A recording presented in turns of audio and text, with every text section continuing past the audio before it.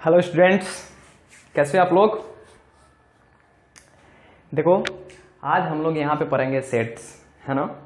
Sets मैं आपको sets जो है वो एनसीईआरटी से पढ़ाऊंगा, ठीक है। सेट्स पूरा एनसीईआरटी से पढ़ाऊंगा। आज हम लोग एनसीईआरटी के पहले चैप्टर, है ना, क्लास 11th के फर्स्ट चैप्टर सेट्स को अच्छी तरह से उसके थ्योरी को कंप्लीट करने वाले हैं, ठीक है। तो आपको मैं पहले शॉर्ट में बता देता हूँ कि आज मैं करूँगा क्या। तो देखो, ये क्लास 11th के, है ना, क्लास 11th के इंग्लिश मीडियम से मैथ का बुक है ना, और इसका फर्स्ट चैप्टर है सेट्स, ठीक है। मैं इसके टॉपिक बाय टॉपिक जैसे जैसे इसमें दिया गया है वैसे वैसे मैं इसके प्रत्येक थ्योरी को कंप्लीट करूंगा, ठीक है, पूरा कंसेप्ट के साथ, ठीक है। तो आप लोग रेडी हो पढ़ने के लिए, ठीक है। इसमें मैं सारे जितने भी थ्योरी दिए हुए हैं सारा का थ्योरी बताऊंगा, है ना। क्वेश्चन मैं किसी भी चैप्टर से नहीं कराने वाला, ठीक है। क्वेश्चन कुछ टॉपिक से एग्जांपल दूंगा लेकिन क्वेश्चन नहीं कराऊंगा, ठीक है। एक्सरसाइज का क्वेश्चन बस एक चीज का कराऊंगा, जो प्रैक्टिकल प्रॉब्लम होते हैं, है ना, सेट के जो प्रैक्टिकल प्रॉब्लम होते हैं। प्रैक्टिकल क्या, जो पढ़े उसका प्रैक्टिकल लाइफ में जो प्रॉब्लम होता है, जो आपके एक्सरसाइज 1.6 में इसमें दिया हुआ है, उसके हम सारे क्वेश्चन को डिटेल में डिस्कस करेंगे, ठीक है। और फिर मिसलेनियस के भी जो मतलब प्रैक्टिकल क्वेश्चन है उसको डिस्कस करेंगे, ठीक है। तो स्टार्ट करें सेट्स, ठीक है। इससे पहले आपसे रिक्वेस्ट है कि अगर प्लीज अगर आप मेरे चैनल पे नए हो तो प्लीज इसको सब्सक्राइब करें, है ना, और बेल आइकन को भी जरूर दबाएं ताकि आपके लिए जो भी उपयोगी वीडियो मैथ के या फिर कोई भी सब्जेक्ट का हो वो उसका नोटिफिकेशन आपको तुरंत मिले, है ना। और शेयर भी जरूर करें ताकि आपके ही जैसे और कोई भी बच्चे हो जिसे अच्छे तरह से कंसेप्ट मतलब अच्छे टीचर नहीं मिलते हैं, अच्छे मतलब कंटेंट नहीं मिलते हैं, उसको मतलब टीचर नहीं मिलते हैं, है ना, तो उन तक ये वीडियो पहुंचा दीजिएगा, है ना आप, ठीक है। तो चलो हम लोग शुरू करते हैं सेट्स, ठीक। तो सेट्स में पहला इंट्रोडक्शन दे रखा है ना, कि इसका आविष्कार कौन किया, कहाँ से ये आया, ठीक है। तो वो सब आप पढ़ लेना, है ना। अच्छा मेरा भाई, मैं गारंटी देता हूं आपको मैथ बिल्कुल बेहतर तरीके से आ जाएगा। दो काम मैं बोलता हूं करने के लिए। पहला, आप मेरा लेक्चर एकदम इंटरेस्ट के साथ देखो, ऐसा नहीं कि बस देख रहे हैं दिमाग में कुछ और चल रहा है ना, पूरे इंटरेस्ट के साथ देखो। और दूसरा, मेरा लेक्चर देखने के तुरंत बाद आप बुक को प्लीज पूरा बुक को पढ़ो, है ना, पूरा जितना भी इसमें थ्योरी दिया हुआ है एक एक लाइन को पढ़ो। जो नहीं समझ में आता है उसको आप टिक करो, पूछो, है ना, जहां से आपका डाउट क्लियर हो। कमेंट में देगा तो मैं कमेंट्स में भी आपको बताऊंगा या फिर अपने टीचर से पूछो, ठीक है। ये दो काम, ठीक। और थर्ड काम, ये जो मैं अभी पढ़ा रहा हूं उसका आप नोट्स बनाओ, ठीक है, उसका आप नोट्स बनाओ और उसके बाद एक्सरसाइज सॉल्व कर लो। बस इतना काम करो, आपका मैथ परफेक्ट हो जाएगा, ठीक है ना। तो चलो स्टार्ट करते हैं सेट्स। ये लेक्चर 1 है, ठीक है ना। तो पहला तो इंट्रोडक्शन दिया गया है, उसके बाद दिया गया है सेट्स एंड देयर रिप्रेजेंटेशन। पहला क्या है, सेट्स एंड देयर रिप्रेजेंटेशन। सबसे पहले हम लोग जानते हैं सेट्स होता क्या है, SETS, सेट्स। तो इसमें दिया गया है A set is a well defined collection of object. क्या दिया हुआ है, A set is well defined collection of object, ठीक है। मतलब ये जो सेट जो होता है ना, सेट वो well defined collection of object होता है। मतलब क्या, अगर इसको साधारण भाषा में समझो तो सेट से घर है। सेट्स क्या है, एक घर है, ठीक है। कैसा घर है, तो एक ऐसा घर है, ये सेट्स है। सेट एक ऐसा घर है जिसमें बहुत सारे वेल डिफाइंड, है ना, बहुत सारे वेल डिफाइंड सदस्य रहते हैं। आपके घर में कौन कौन रहते हैं, आपके मम्मी, चाचा, पापा, चाहे जो भी हो, है ना, आपके भाई बहन। ये ऐसा थोड़ी ना रहता है क्योंकि विदेश के आदमी रह जाते हैं, है ना। मतलब घर के एक वेल डिफाइंड, है ना, कि ये मेरा पापा है तो ये रह रहे हैं, है ना, मतलब इसी को कहते हैं वेल डिफाइंड, है ना। कलेक्शन, मामा, चाचा, पापा का कलेक्शन ऑफ ऑब्जेक्ट। हम क्या है, हम, पापा, नाना, सब क्या है, ऑब्जेक्ट, है ना। तो सेट क्या है, एक घर है ना। सेट क्या है, एक घर है जिसमें well defined collection of object रहते हैं, वस्तु रहते हैं, ठीक है। जैसे ये घर हो गए और इसमें बहुत सारा वस्तु, 1 2 3 4, ये सारे वस्तु रहते हैं, ठीक है। और इसी सारे इस घर के जो सदस्य हैं इसको हम लोग प्यार से क्या बोलते हैं, एलिमेंट्स। क्या बोलते हैं, एलिमेंट्स। ठीक है, तो जो जो बात मैं बोल रहा हूं उसमें जो जो आपको अच्छा लगे, जैसे सेट्स के ये इसको क्या करते हैं, एलिमेंट्स, तो वो बात आप वीडियो को रोक के लिख लो कॉपी में, ठीक है, और नोट्स बनाते चलो। तो ये सब को हम लोग क्या करते हैं, एलिमेंट्स। ठीक है, ये इसमें एलिमेंट कौन कौन है, 1 है, 4 है, 3 है, 1 2 3 4, ये इसके एलिमेंट्स हो गए। तो आपको बात समझ में आ गई। सेट्स क्या है, सेट एक घर है जिसमें बहुत सारे सदस्य रहते हैं जिसको हम लोग एलिमेंट कहते हैं। ठीक है, सेट्स का कुछ एग्जाम्पल मैं आपको देना चाहूंगा, है ना। जैसे अच्छा, सेट को हम लोग रिप्रेजेंट करते हैं ABCD ऐसे करके, कोई भी अल्फाबेटिक ऑर्डर से। जैसे एक सेट है ऑड नंबर का, एक सेट है ऑड नंबर का, यानी 1 3 5 7 9 ऐसा ही जितना भी ऑड नंबर है वो। B एक सेट है इवन नंबर का, तो 2 4 6 8, है ना, ये। ठीक है, तो इसी को सेट्स कहते हैं। ठीक है, उसके बाद तो आपको सेट समझ में आ गया। ठीक, और अब हम लोग देखते हैं सेट के रिप्रेजेंटेशन। ठीक है, अच्छा, इसमें आपको और देखता हूं क्या बताने वाला है। ठीक है, अब देखो,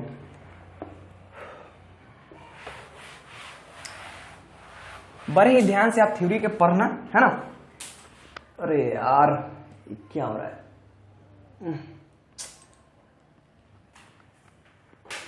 ओके सॉरी।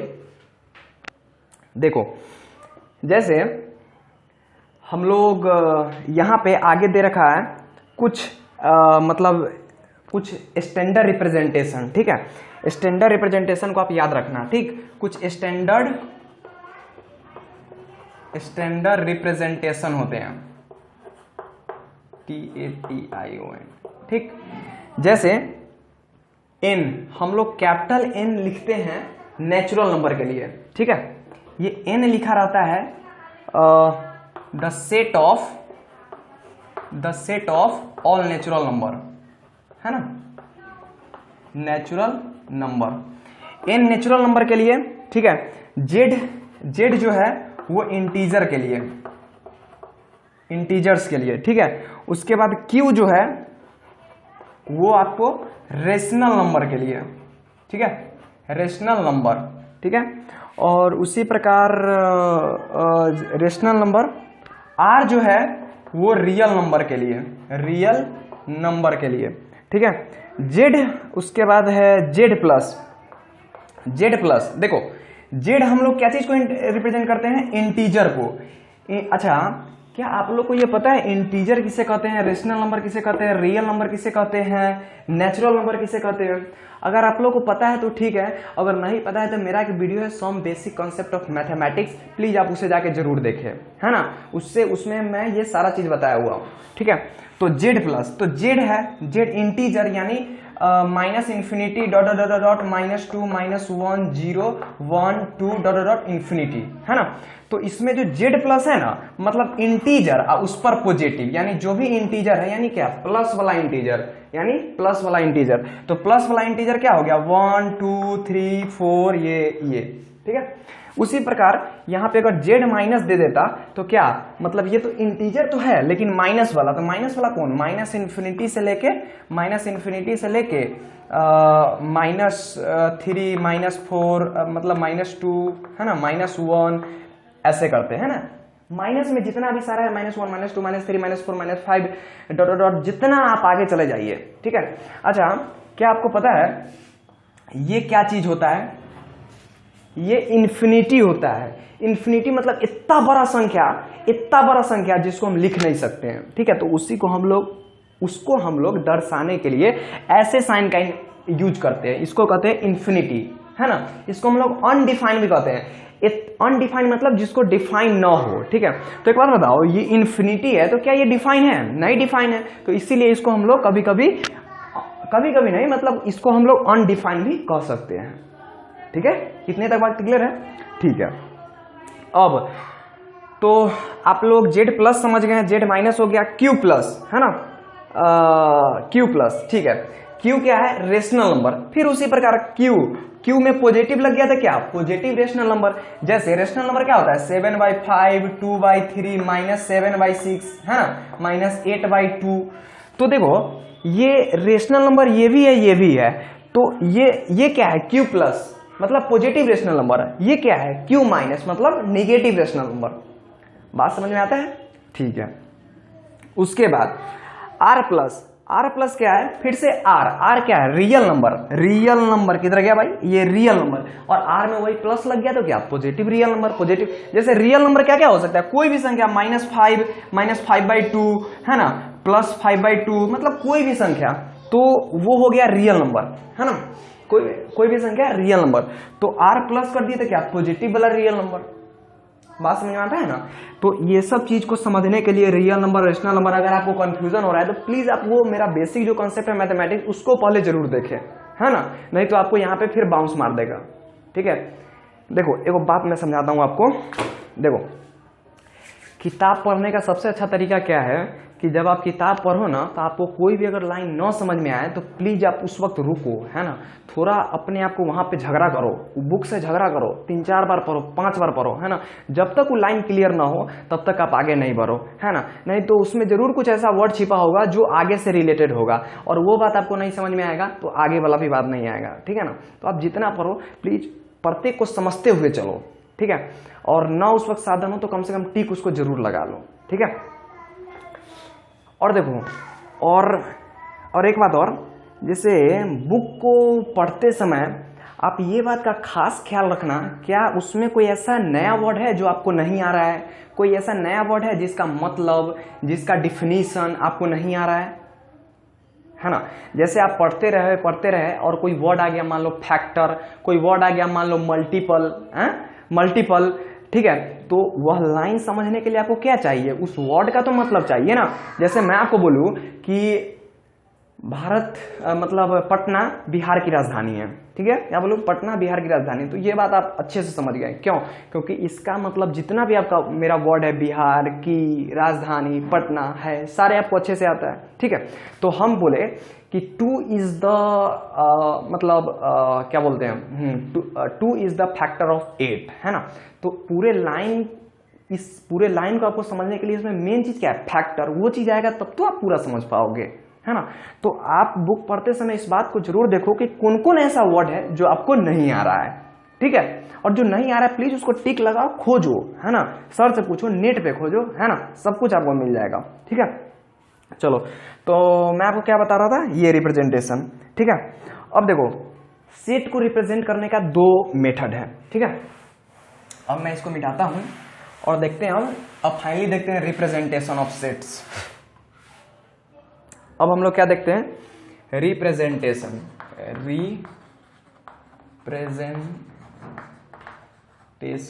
Of sets.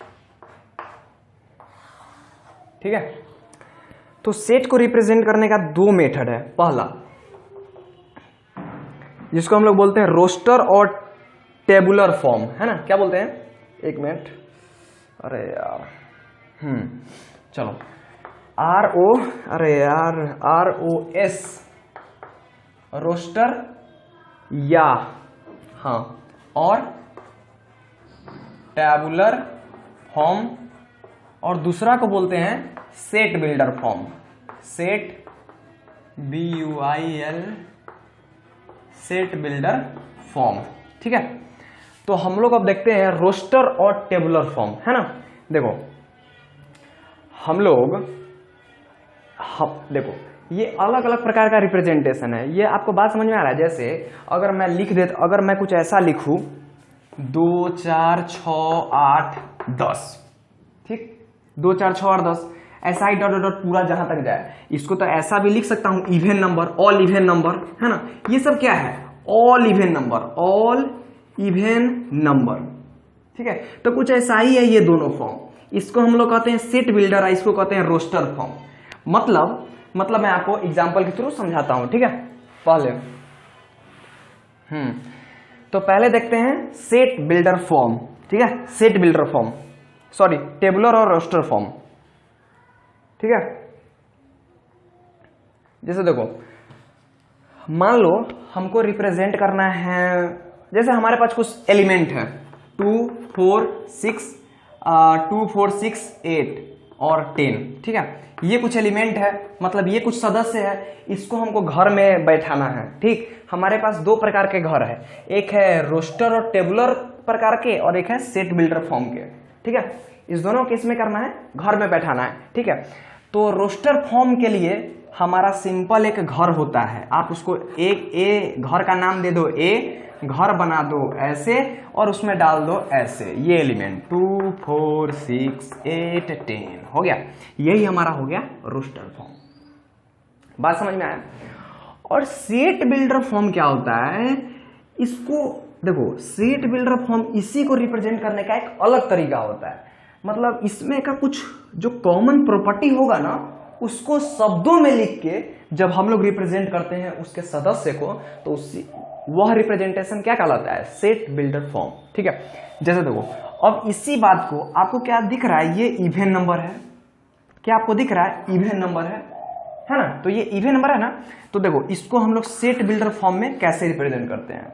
तो देखो, मान यही ए हो गया है ना, घर तो हमेशा ऐसा ही रहेगा, लेकिन घर के अंदर कुछ रिप्रेजेंटेशन अलग हो जाएगा। देखो हम लोग क्या लिखेंगे, ये सब हमारा क्या है, एक्स, ठीक है, हम लोग लिख दिए एक्स, है ना।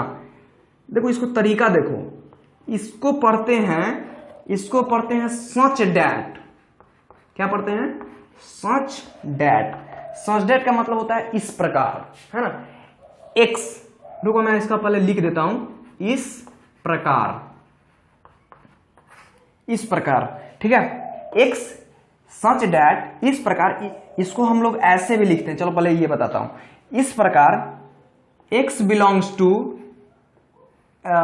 Even number. अब एक आपको नया चीज दिख रहा होगा, ये भाई साहब क्या है ना। तो देखो ये कुछ ऐसा है, ई टाइप का है, ठीक। एक ये होता है, एक ये होता है, एक ये होता है, ठीक। तो इसका मतलब होता है बिलोंग्स टू, इसका मतलब होता है बिलोंग्स टू। जैसे आपके भैया आपके घर से बिलोंग करते हैं, तो वही लिखेंगे, आपके भैया, मतलब यहाँ पे भैया बिलोंग्स टू आपके घर, समझ में आ रहा है। और आपके जो पड़ोसन है वो डज नॉट बिलोंग्स टू आपके घर, है ना। आपके जो पड़ोसन है डज नॉट बिलोंग्स टू आपके घर, ठीक है, ठीक है। कोई बाहर वाला तो आपके घर से बिलोंग्स नहीं करता है ना। तो वही उसके लिए हम लोग ये साइन उपयोग करते हैं। जैसे आपके भैया का नाम हुआ राम, तो राम बिलोंग्स टू, आपका नाम हुआ मोहन, तो मोहन हाउस, ठीक है। और कोई अजनबी आपके गांव का कोई लड़का नाम मान लो रुपेश है ना, तो Rupesh does not belongs to Mohan के घर, समझ में आ रहा है ना। तो इसी को हम लोग कहते हैं प्यार से बिलोंग्स, बिलोंग्स टू को हिंदी में कहते हैं इससे गुजर रहा है, क्या, इससे गुजर रहा है। और इसका मतलब होता है डज नॉट बिलोंग्स टू, ठीक है, डज नॉट बिलोंग्स, BLONGS। अरे कभी कभी वर्ड मीनिंग गड़बड़ा जाएगा तो अपना देख लेना, है ना, डज नॉट बिलोंग्स टू, ठीक, ठीक है ना। इसको याद रखने में तो कोई दिक्कत नहीं होगा। बिलोंग्स मतलब पूरा ई, और डज नॉट तो ई मतलब बिलोंग, इन्ना लग जाता है तो आप लोग जानते हैं नॉट, जैसे ई हो गया हमारा पैरेलल लाइन, इन्ना कर दिए तो नॉट पैरेलल, ठीक है। उसके बाद हाँ ठीक है, तो यहां पे आ रहे थे, इसको रिप्रेजेंट कर रहे थे सेट बिल्डर फॉर्म में। ये अपना क्या हो गया, रोस्टर फॉर्म, है ना। और अब सेट बिल्डर में देखते हैं, तो ए एक हमारा ऐसा घर है जिसमें x मतलब सदस्य इस प्रकार है कि x बिलोंग कर रहा है, ई मतलब आपको बताया था ना रिप्रेजेंटेशन में, है ना। तो x बिलोंग्स टू ई मतलब इवन नंबर, ई मतलब इवन नंबर, x बिलोंग कर रहा है इवन नंबर से, है ना, इवन नंबर से। और ई कॉमा दे दिए तो मतलब क्या, और, है ना, एंड, है ना, एंड एंड, है ना, कॉमा दे दिए तो एंड x जो है वो ग्रेटर देन है 2, है ना, और लेस देन इक्वल्स टू 10, ठीक है। यहां पे दो भाई साहब और नया चिन्ह आपको आगे वो कंफ्यूजन करता होगा, हमको लग रहा है, ठीक है। अगर आपको ये इक्वलिटी आता है तब तो ठीक है, और नहीं आता है तो चलो एक बार मैं बता ही देता हूं, ठीक है। चलो तो ज्यादा कचमच नहीं ना हो गया, अगर हो गया तो सॉरी यार, पहली बार वीडियो बना रहा हूं, ठीक है। तो देखो क्या बोलते हैं, तो इसको हम लोग सेट बिल्डर फॉर्म में रिप्रेजेंट करते हैं, ठीक है।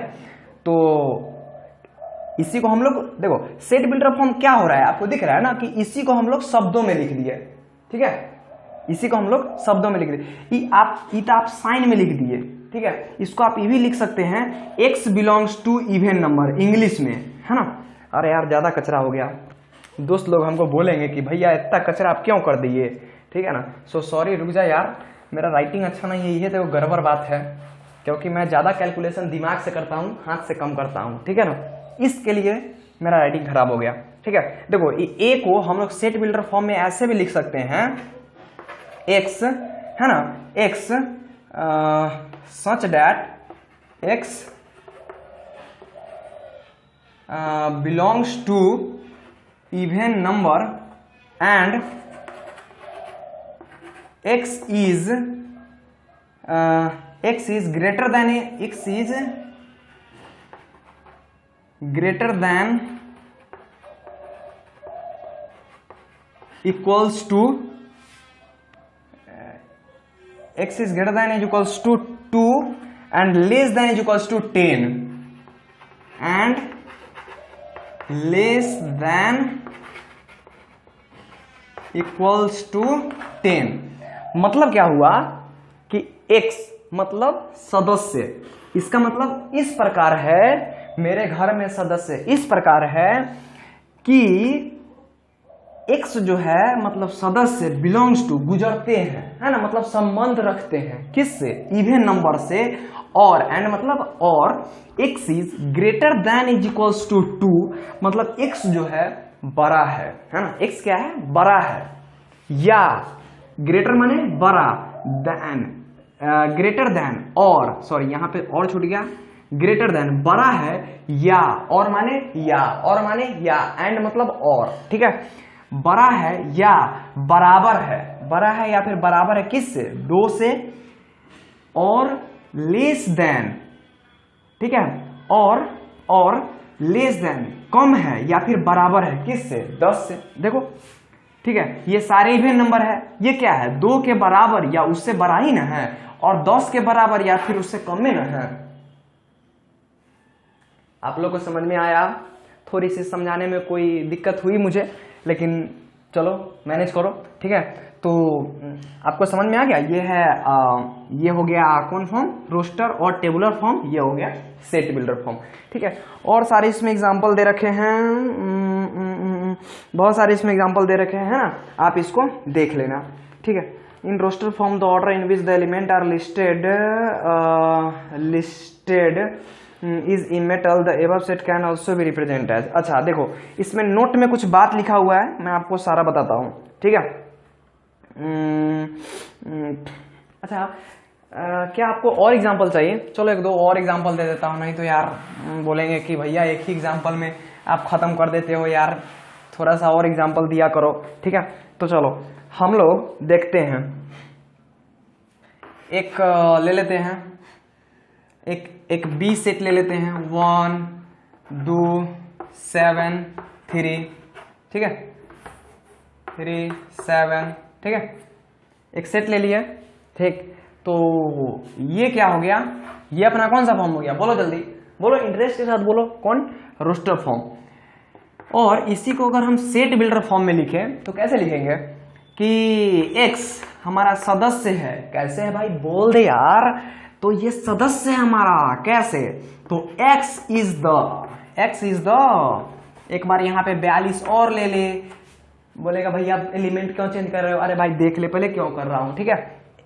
तो x समझ जाए, x is the factor of 42, x is the factor of 42, है ना। देखो ये सारा क्या है, 42 का फैक्टर ही तो है, ठीक है, समझ में आ गया। तो क्वेश्चन में अगर ये बात देगा तो क्या आप इसको ये लिख सकते हो, और क्वेश्चन में अगर ये बात देगा तो क्या आप इसको ये लिख सकते हो, ठीक है। अच्छा एक बात और, हम लोग सेट बिल्डर फॉर्म में है ना बहुत तरीके से लिख सकते हैं, है ना, बहुत तरीके से लिख सकते हैं। जैसे एक बार और मैं एग्जांपल लेके आपको बताता हूं। सेट बिल्डर ऐसा नहीं है कि सेट बिल्डर फॉर्म एक ही तरीके से होगा, अलग अलग गुण पे लिख सकते हैं। अरे हमको गाना गाने भी आता है, डांस करने भी आता है, हमको बहुत सारे मेरे पास गुण है ना, बहुत सारे मेरे पास गुण है। तो हम अपने आप को प्रदर्शित करने के लिए हम अपना कोई भी गुण यूज कर सकते हैं। ठीक है, मैं क्या बोल रहा हूँ कि देखो जैसे ए हो गया 2 4 6 8 10, जो एग्जाम्पल मैंने पहले दिया था, तो मैंने लिखा था ना कि x इस प्रकार है कि मतलब इवन नंबर। मैं ये भी तो लिख सकता हूँ कि x such that x is equals to 2n plus 2n, x belongs to 2n है ना, x is equals to 2n where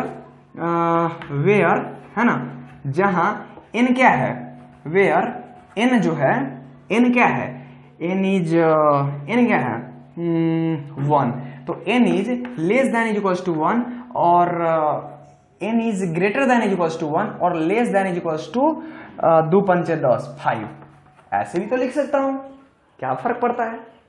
ठीक है, कि हमारा सदस्य इस प्रकार है कि x बराबर 2n है ना, x बराबर 2n वेयर जहां n क्या है हमारा, n 1 हो सकता है, n का वैल्यू इस देखो e मैंने ये बात लिखा है, ठीक है, ये मैंने ये बात लिखा है, तो यहां पे n क्या कह रहा है, n बराबर होगा 1 का या फिर उससे बड़ा होगा।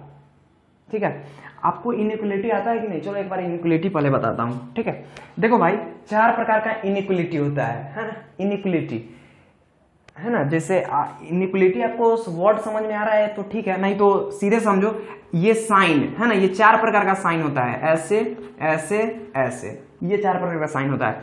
इसका मतलब होता है जैसे बचपन में हम लोग पढ़े थे 7 और 8, तो एन्ने मुहे मुड़ी घुमा देते थे। ठीक है, 7 और 8 एन्ने मुहे मुड़ी घुमा देते थे, तो जिन्ने में मुड़ी खुलल रहेगा ना उधर समझना बड़ा है, जिधर मुहे मुड़ी खुले रहेगा वो बड़ा है, और जिधर मुहे ये रहेगा पीछे वाला भाग है ना, जिधर तरह सटकल रहेगा उसको समझना छोटा, जिधर तरह मुंह खुलल रहेगा वो बड़ा है। ठीक है, तो ये दोनों आपको समझ में आ गया। अब ये कुछ नहीं है, जैसे ई ऐसा है ना, ऐसा, तो इसका क्या मतलब क्या होगा कि x का जो मान है ना, मान लो x है ना, कोई मान को रिप्रेजेंट करता है, तो जो है ना, जो कोई मान को रिप्रेजेंट करता है, जो मतलब नेचुरल नंबर है, कोई मान को रिप्रेजेंट करता है ना, कोई वैल्यू है x का जो नेचुरल नंबर है ना, तो मान लो x नेचुरल नंबर है 1 2 3 4 ऐसे करके 8 तक है ना, तो x का वैल्यू यहाँ पे क्या हो सकता है, या तो 8 से छोटा हो सकता है, नहीं तो 8 के बराबर हो सकता है। इनइक्वलिटी क्लियर हुआ। 8 क्या हो सकता है कि 8 के मतलब क्या बोलते हैं, सॉरी रुक जाओ, कि x का जो मान है वो 8 हो सकता है, नहीं तो 8 से छोटा ही होगा। ठीक है, उसी प्रकार अगर मान लो x is greater than is equals to 8 और less than is equals to 10, तो इसका मतलब क्या है, x का जो वैल्यू है वो 8 से बड़ा और 10 से छोटा हो सकता है ना, तो 8 बराबर दिले है तो 8 तो होबे करेगा, तो 8 होगा, 8 से बड़ा क्या 9 होगा, और 10 के भी तो बराबर दिल ही है तो 10 होगा। ठीक है, 10 होगा, बात समझ में आ गया, 10 होगा। ठीक है, अब भाई इतना तो हो गया, आपको इनइक्वलिटी भी समझ में है ना। तो हम लोग ऐसा नहीं है कि हाँ हम लोग सेट बिल्डर फॉर्म एक ही, हम लोग किसी भी प्रकार का प्रॉपर्टी हमारे में होगा उस प्रॉपर्टी को यहाँ पे लिख के और अपना काम कर सकते हैं। बात समझ में आया। यहाँ पे मैं ये भी बदल सकता हूं, देखो यहाँ पे हम इसको लिख दे 2n+2 है ना, और यहाँ पे n लिख देंगे 0 से लेके और 4 तक, फिर भी हो जाएगा। ठीक है, तो सेट बिल्डर फॉर्म में हम लोग तरह तरह की प्रॉपर्टी का यूज करके हम लोग उसको रिप्रेजेंट कर सकते हैं सेट बिल्डर फॉर्म में। लेकिन हाँ, ये जो ट्यूबुलर जो फॉर्म है, ट्यूबुलर या रोस्टर फॉर्म, उसको हम केवल ऐसा ही लिखेंगे। ठीक है, और इस बात से आप कंफ्यूज मत होना। अब एक चीज देखो,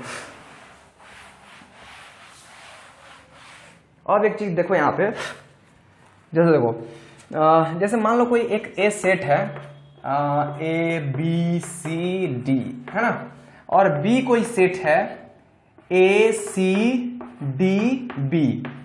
तो ऐसा नहीं कि ये दोनों अलग है, दोनों सेम सेट है। अरे भाई इहो एगो घर है, अहू में राम श्याम गीता मोहन, राम श्याम गीता मोहन है, दोनों घर में तो सेम आदमी रह रहा है। एगो घर ऐसा है कि जिसमें पहला कमरा में मोहन रह रहा है, दूसरा कमरा में ई रह रहा है, तीसरा कमरा में ई रह रहा है, चौथा कमरा में ई रह रहा है। और फिर तनका मनका झगड़ा हुआ तो ई कमरा, ई बेचारा अपन था तो अपने रह गया, लेकिन ई बदल लिया केकरा से, ई सब अपन अपन कमरा अदला बदली कर लिया, तो कि घर बदल गया ना भाई, घर तो वही है। समझ में आ रहा है ना, घर तो वही है, ठीक है। अच्छा, उसके बाद क्या है, उसके बाद इसमें एक चीज लिखता है कि हाँ ये चीज और इंपॉर्टेंट है, सेट में जैसे ए एक सेट है ना, ए एक सेट है, तो ए एक सेट है ना, तो जैसे देखो, जैसे हमको कैसे इसको बताऊं, कैसे बताऊं, जैसे मान लो आपके क्लास में बहुत सारे बच्चे हैं, बहुत सारा का नाम है राम, श्याम, गीता, मोहन, रोहन वगैरह वगैरह, बहुत सारा नाम है, ठीक है। और आपको एक सेट बनाना है, कैसा सेट कि आपके क्लास के जितने भी बच्चे हैं उनका जो नाम है उसके फर्स्ट लेटर को आपको इस बॉक्स में लिखना है। तो आप कैसे बताओगे, मान लो आपके में है राम है, श्याम है ना, SHAYM, रोहन है ना, सोहन है, और चलो दीपक है, ठीक है, दीपक है, राजू है, ठीक है, ये मेरा दोस्त है ना, तो ये सब है, ठीक है ना, मान लो ये, ठीक। तो हमको क्या बनाना है कि जितना भी मेरा दोस्त है, मतलब सारे के फर्स्ट लेटर का एक सेट बनाना है। तो आप क्या लिखोगे, R, इसका R, इसका S, इसका R, ठीक है, और इसका S, और इसका फिर D, और इसका फिर R, ये आप लिखोगे ना, ठीक है। ये आप लिख दो, है ना, ये आप लिख दो, ये गलती नहीं है, लेकिन एक रूल होता है कि सेट में जनरली हम लोग एलिमेंट को, जितने भी उसके सदस्य हैं, उसको हम लोग रिपीट नहीं करते हैं, ठीक है। मतलब ही कि अगर इसमें R आ गया तो आप एक ही R इसमें लिखो, है ना, एक ही R लिखो। इसमें 2 S आ गया तो आप एक ही S लिखो, और एक D है तो D, है ना। मतलब हर एक एलिमेंट अलग अलग होना चाहिए, 2 सेम एलिमेंट को हम लोग इसमें जगह नहीं देते हैं, ठीक है। चलो इतना तक तो हो गया। उसके बाद क्या है, the order of listing no relevance. उसके बाद आपको देखते हैं क्या बताना है, इसमें आपका इंपॉर्टेंट है अल्फाबेट, हो गया। चलो तो यहाँ तक का आपका थ्योरी कंप्लीट हो गया, ठीक है, यहाँ तक आपका थ्योरी कंप्लीट हो गया। अब आगे देखते हैं क्या चीज है, एम्प्टी सेट। आगे आ रहा है एम्प्टी सेट। 1.1 एक्सरसाइज आपका खत्म हो चुका है, उसका थ्योरी खत्म हो चुका है, आप लोग उसको जल्दी जल्दी बना लो, है ना। और अब हम लोग देखते हैं एम्प्टी सेट, ठीक है।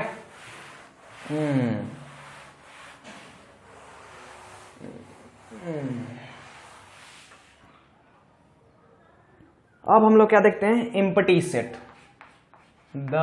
इसका तो नाम से पता है भाई, एम्प्टी सेट्स। एम्प्टी माने कथी होता है बुआ, एम्प्टी माने होता है खाली। कथी होता है, खाली। एक ऐसा घर जो बंद पड़ल है ना, सब लोग चल गया दिल्ली, बॉम्बे, कंबाई, अभी तो कोई नहीं जा रहा होगा, कोरोना वायरस है भाई, है ना, तो सब तो अभी घर ही में रहा होगा। लेकिन एम्प्टी सेट मतलब होता है खाली घर, ठीक है। बहुत सारे अपने घर देखे होंगे जो खाली होता है, ठीक है। तो एम्प्टी सेट तो बस वही खाली घर, ठीक है। जैसे मान लो ए एक सेट है, ए एक सेट है किसका, ए एक सेट है आपके क्लास में जितने भी गर्ल्स है ना, आपके क्लास में जितने भी गर्ल्स है उसके नाम का जो सेट है ना, उसके नाम का एक सेट है, ठीक है। क्या बोले कि आपके क्लास में जितने भी लड़कियां हैं, है ना, उसके जो नाम, मतलब लड़कियों के नाम का एक सेट है, ठीक है। और आपका तो है किस्मत खराब, आपके क्लास में कोई लड़की है नहीं, तो आप इसमें क्या लिखोगे, कुछ नहीं, खाली घर, है ना। तो इसी को कहते हैं एम्प्टी सेट, है ना, इसी को क्या कहते हैं, एम्प्टी सेट, ठीक। इसको हम लोग और रिप्रेजेंट करते हैं फाई से। फाई माने कुछ नहीं, एक हम लोग प्यार से बोलते हैं फाई। कति बोलते हैं बुआ, बोलो तो फाई, ठीक है। इसको हम लोग प्यार से क्या बोलते हैं, फाई। फाई माने कुछ नहीं, ठीक है, फाई मतलब कुछ नहीं। ये लिखे तब चाहे ये लिखे तब, बतवाइए सेम, ठीक। आपको मैं बता दूं कि ये ए अगर ऐसा लिखा रहेगा फाई, तो इसका मतलब है ये एक घर है, उसमें एक सदस्य है, कौन? फाई। ठीक है, तो इस दोनों में आप अच्छे से अंतर समझ लो।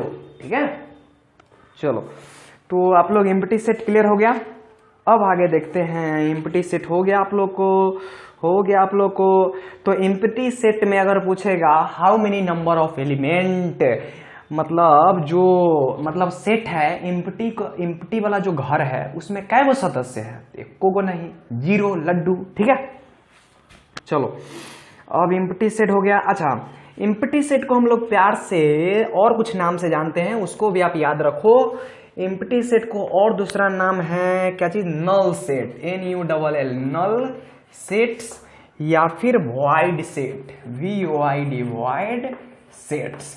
ठीक है, नल सेट या फिर वॉइड सेट्स। ठीक है, आप लोग अपना नोट्स अच्छे से बना रहे हो ना? देखो, मैथ में आप जब भी बुक पढ़ते रहो ना, पहले तो मेरा पहले रफ में जो मैं बता रहा हूं उसका नोट्स बनाओ। ठीक, फिर बुक को पढ़ते समय पूरा अच्छे टॉपिक का है ना, जो आपको लगे कि काम का है, सारे का आप नोट्स बनाओ। ठीक है, हर एक बात को आप लिखो, है ना। मैं कुछ अच्छा बात बोल भी रहा हूं, कुछ आपके काम का बात बोल भी रहा हूं, उसको भी आप शब्दों में लिखो। ठीक है, वो हमेशा आपके दिमाग में रहने वाला नहीं है, समझ गए ना। हमारा दिमाग मशीन है, भूलना मनुष्य की प्रवृत्ति है, मशीनों की नहीं, इस बात को ध्यान रखना। ठीक है, तो इतना बात हो गया। अच्छा, वॉइड सेट भी हो गया। अब आते हैं फाइनाइट या फिर इनफाइनाइट सेट। यार सेट इतना आसान है ना कि मत पूछ, इस नामे से पता चलता है बात ही फाइनाइट और इनफाइनाइट, है ना। एकदम प्यारा बउआ वाला है। ठीक है, अच्छे से आप लोग को मजा भी आ रहा होगा, है ना। मजा आ रहा है तो लाइक कर भाई, लाइक करो और शेयर करो, सब्सक्राइब करो। ठीक है, चलो अब आगे देखते हैं फाइनाइट सेट। फाइनाइट सेट्स, ठीक है, तो एक ऐसा घर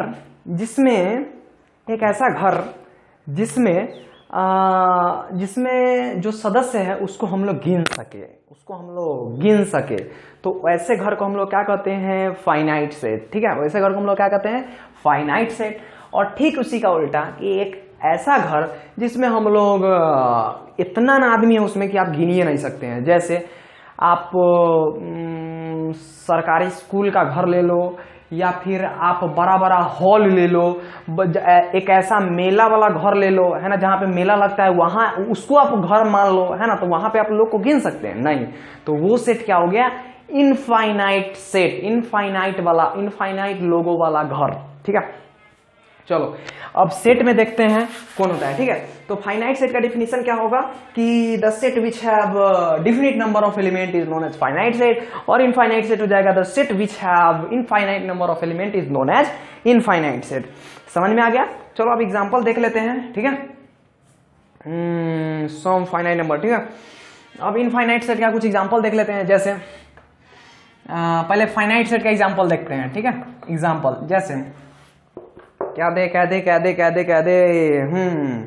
तो आपके क्लास में जितने भी लड़के भाई साहब है ना, उसका सेट अगर निकालेंगे तो वो क्या हो जाएगा? Finite set. जैसे आपके क्लास में राम, श्याम, मोहन, सोहन, जो भी रवि, कवि, जो भी है, तो वो सारे नाम को आप जब लिख दोगे तो एक कैसा सेट बनेगा? फाइनाइट सेट, है ना।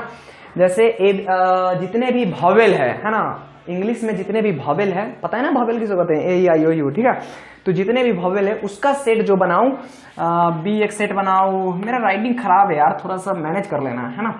A-E-I-O-U, है ना, A-E-I-O-U। ठीक है, तो ये जो वॉवेल का जो सेट है उससे हम लोग देखो, इसमें हम लोग गिन सकते हैं ना, 1 2 3 4 5। ठीक है, तो ये एक फाइनाइट सेट हो गया, वगैरह वगैरह। समझ में आ गया ना। और इनफाइनाइट सेट क्या हो गया? जिसमें इनफाइनाइट नंबर ऑफ एलिमेंट है, जिसको हम लोग गिन नहीं सकते हैं। ठीक है, जैसे देखो C एक सेट है ना, C एक सेट है, मान लो इवन नंबर का, C एक सेट है इवन नंबर का, तो उसमें लिखोगे ना 2 4 6 8 10 12 डॉट डॉट डॉट डॉट, पूरा 12 14 16 18 कहाँ तक जाएगा? बहुत अनंत तक जाएगा, है ना। मतलब हम लोग गिन सकते हैं क्या? आप हमको बताओ कि दुनिया में कितना इवन नंबर है, आप गिनोगे? गिन ही नहीं सकते हो। ठीक है, गिन ही नहीं सकते हो। तो इवन नंबर का जो सेट होता है वो होता है इनफाइनाइट सेट, ऑड नंबर का जो सेट होता है वो होता है इनफाइनाइट सेट। नेचुरल नंबर का जो सेट होता है, चाहे रियल नंबर का जो होता है, चाहे कोई का भी होता है, वो सब क्या होता है? Infinite set. समझ में आ गया। चलो अब दिया हुआ है आगे क्या है भाई, इनफाइनाइट फाइनाइट हो गया, इनफाइनाइट फाइनाइट हो गया। अच्छा, all finite set can not be describe in the roster form, cannot be described. For example, the set of real number cannot be described in the form because the element of this set do not follow any particular pattern, है ना। तो in note में क्या लिखा हुआ है पता है कि इन नोट में ये लिखा हुआ है भाई साहब कि आप बहुत सारे ऐसे मतलब बहुत सारे ऐसे सेट है ना, बहुत सारे ऐसे सेट है जिसको आप लोग टेबुलर फॉर्म में क्या बोलते हैं, टेबुलर फॉर्म या रोस्टर फॉर्म में आप नहीं लिख सकते हो, ठीक है।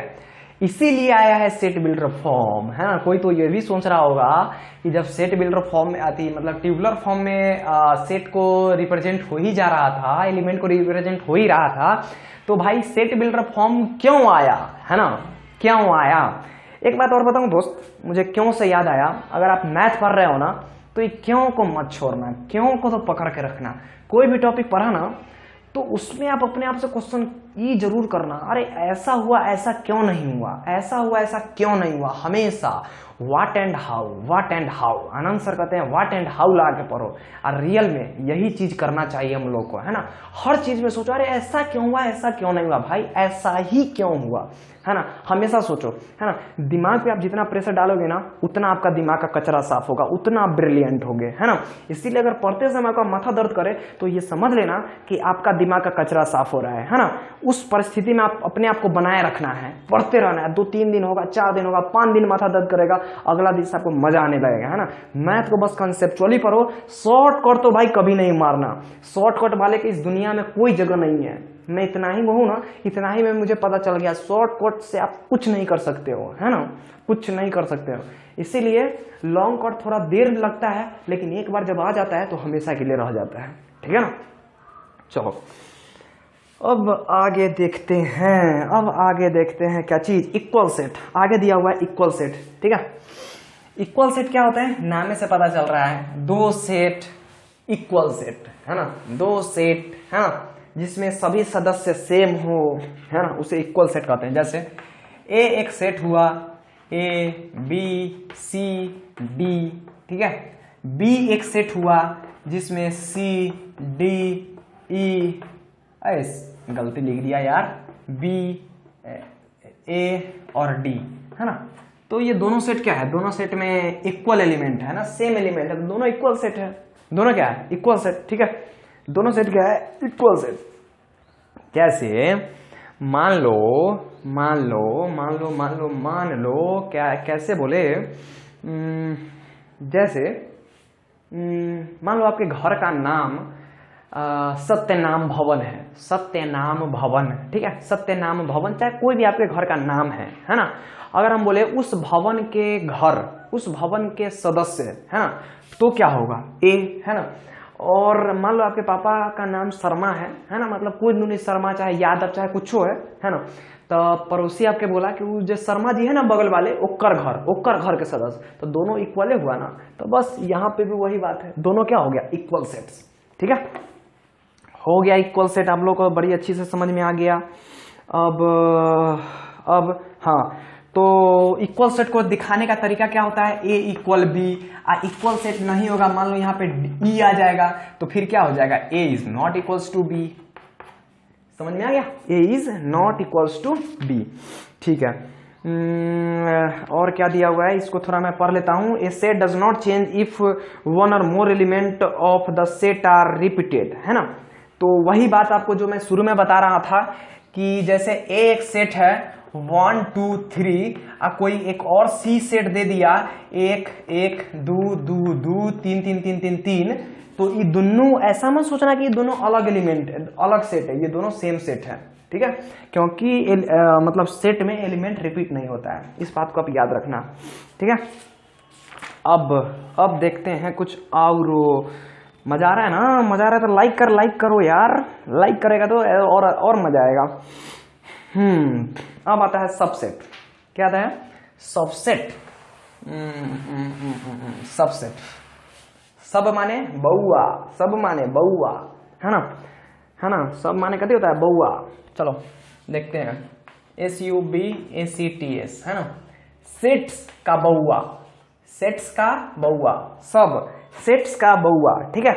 जैसे हाँ, तो आपके जैसे आपका घर है ए, आपका घर है ए, पप्पा सबको लिख देते हैं पहले, बड़ा बड़ा जो लोग हैं BABC, बड़का बड़का है ना, इसको बड़का बड़का तंगा लिखते हैं ABC, ठीक। हाँ चलो लिख दिए ABC, इसको Z ले लेता हूँ, ठीक है, ABC।